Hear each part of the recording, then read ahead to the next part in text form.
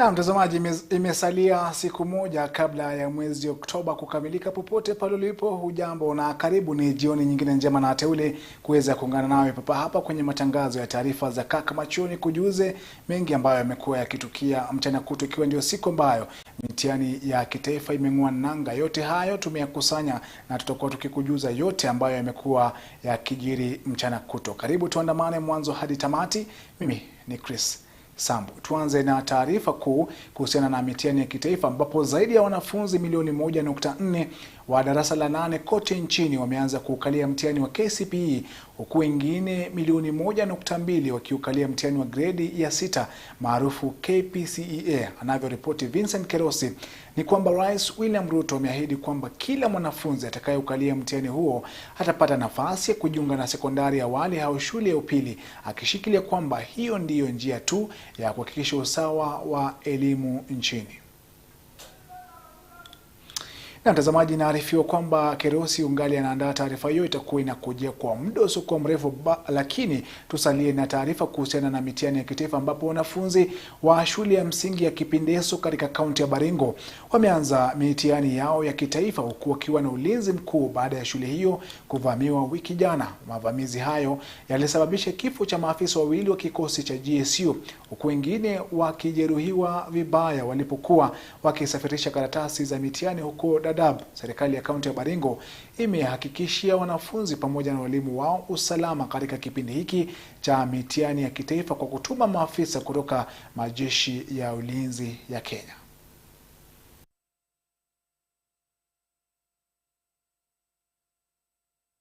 Unaona kwamba kila center ina maafisa wawili, lakini kwa sababu ya mambo ya usalama tumeweza kuongeza maafisa ambayo wanachunga hizo environment, wakichunga mashule na pia raia, ili mtihani iweze kuendelea kwa njia ambayo inastahili.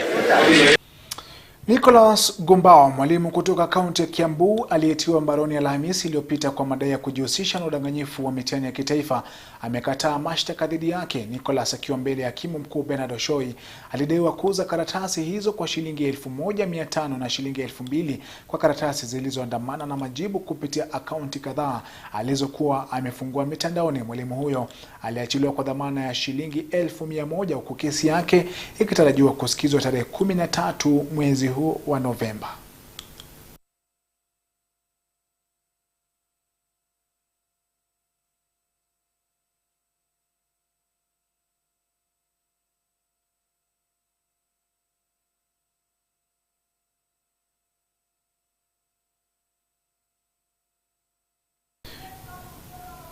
Na Wakenya sasa watakuwa na nafasi ya kununua simu yenye bei nafuu baada ya Rais William Ruto kuzindua kiwanda cha utengenezaji simu za hapa nchini. Kiwanda hicho kitatumika kuunda simu za aina mbalimbali kwa manufaa ya Wakenya. Akizungumza, Rais William Ruto amesema kuwa hatua hiyo itafungua nafasi za ajira, huku akihakiki mpango wa serikali kuwekeza katika uchumi wa kidijitali.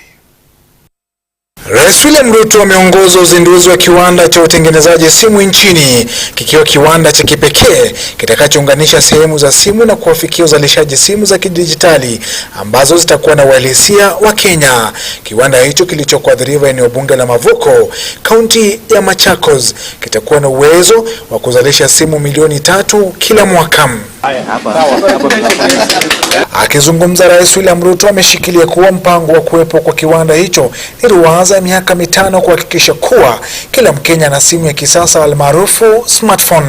Tulikubaliana na hawa jamaa ya kwamba mambo ya simu ambayo mwananchi wa kawaida anaweza kununua kwa gharama ambayo inatoshana na mwananchi. Kulingana na kiwanda hicho, simu zitakazotengenezwa zitauzwa kwa bei nafuu kuanzia shilingi 7,499. Hii rais akitaja kuwa hatua kubwa kuafikia mpango wa uhamisho wa kidijitali. The next stage is for us to manufacture many of the parts here in Kenya so that we create more industries to work with this as a value chain, and we must target that at least in the next 5 years every Kenyan must carry a smartphone.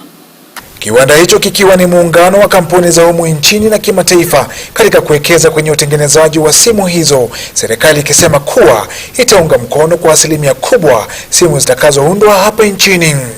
This importation of phones has given us a big problem. I know we are battling with KRA is having difficulties because many phones are imported through all manner of places.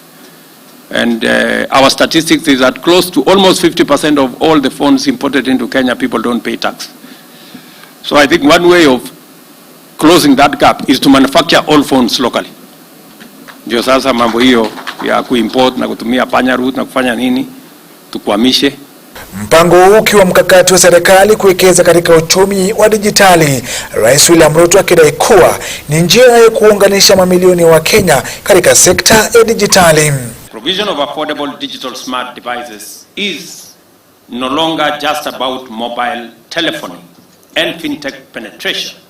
It is also about universal access to private and public sector goods and services as the driver of national transformation. There has been a missing gap. The missing gap has been the device. Connectivity is only meaningful if there is universal access, Your Excellency. So our aim is to connect, because of being a mobile operator, up to 20 million customers, or more than 20 million customers, with 4G enabled devices by 2025. If we had gone to the open market, there are some things that we would not have been able to put on this phone. For example, it wouldn't have come with our application. But now, these phones are being delivered to us with the application that is specifically for healthcare, the e-KIS application, Your Excellency. Japo wakitaja kuwa kibarua kikubwa kuwafikia 100% ya utumizi wa simu za hapa nchini, serikali inashikilia kauli kuwa itaweka msukumo kufanikisha uundaji simu nchini kwa kiwango cha juu. Kwa sasa kiwanda hicho kikilenga kuunda simu zenye bei nafuu. We have pledged to support this development by providing infrastructure that will spur digital signatures and the implementation of digital national identity. This message here is that this time round we are going digital in full.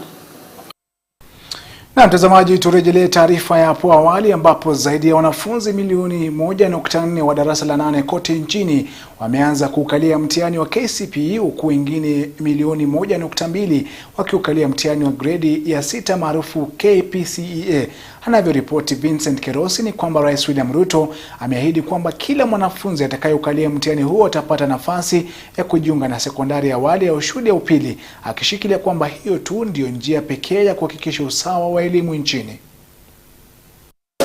Huku watahiniwa wapatao milioni 1,415,315 wakiukalia mtihani huo katika vituo 32,574 kote nchini kulingana na Wizara ya Elimu. Karibisha rais wetu kwa makofi. Rais William Ruto ameliongoza taifa kuwatakia wote kila laheri sawia tu na wenzao milioni 1.2 hivi wanaokalia mtihani wa gredi ya 6 KPCEA. Mjue ya kwamba hii mtihani ni ya kuwasaidia muweze kusonga mbele katika masomo yenu. Wengine wenu mtaenda grade 7, wengine wenu sasa mtaenda form 1, na katika hiyo safari yote wazazi wenu, viongozi wenu, serikali ya Kenya itaambatana pamoja na nyinyi tukiwa na Mwenyezi Mungu.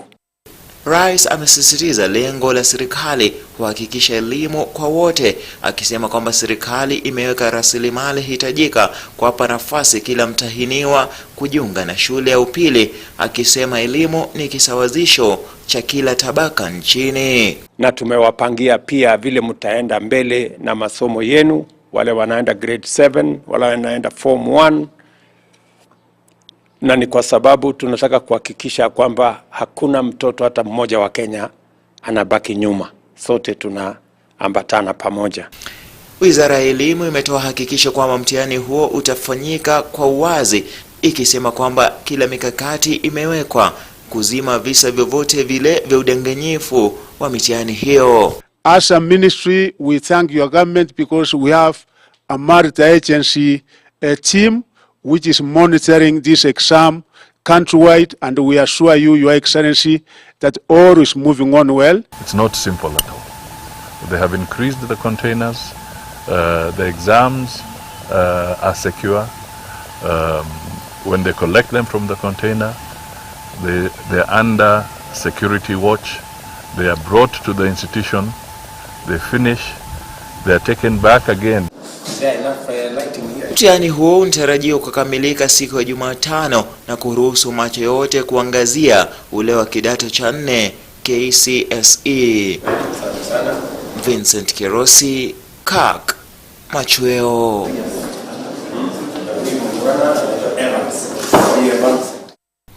Na kwingineko, Rais William Ruto amewahakikishia Wakenya kuwa utambulisho kwa njia ya kidijitali kwa kila Mkenya utang'oa nanga mnamo mwezi Disemba mwaka huu, kwa kila Mkenya kitarajiwa kujitambulisha na kupokea huduma kupitia njia ya kidole na jicho.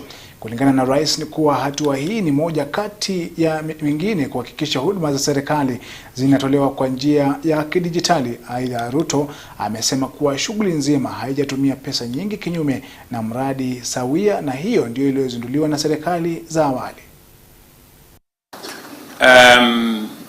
The digital ID, which has been a big problem to us for a very long time, is now on a testing mode for the next 2 months.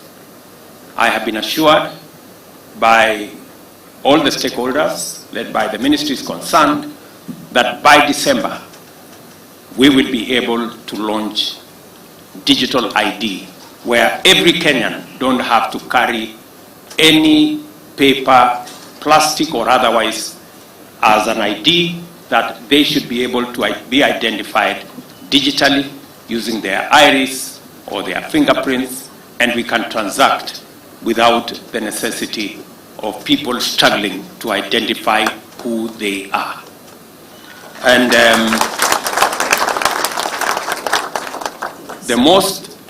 the proudest part of it is that we don't have to spend the billions that we have spent on all the other manenos, as all of you know. Na gavana wa kaunti ya Nairobi Johnson Sakaja amesema kuwa kaunti hiyo iko tayari kumpokea mfalme wa Uingereza Charles III anayetazamiwa kuwasili nchini Kenya kwa ziara rasmi ya siku 4 kuanzia Jumanne hii.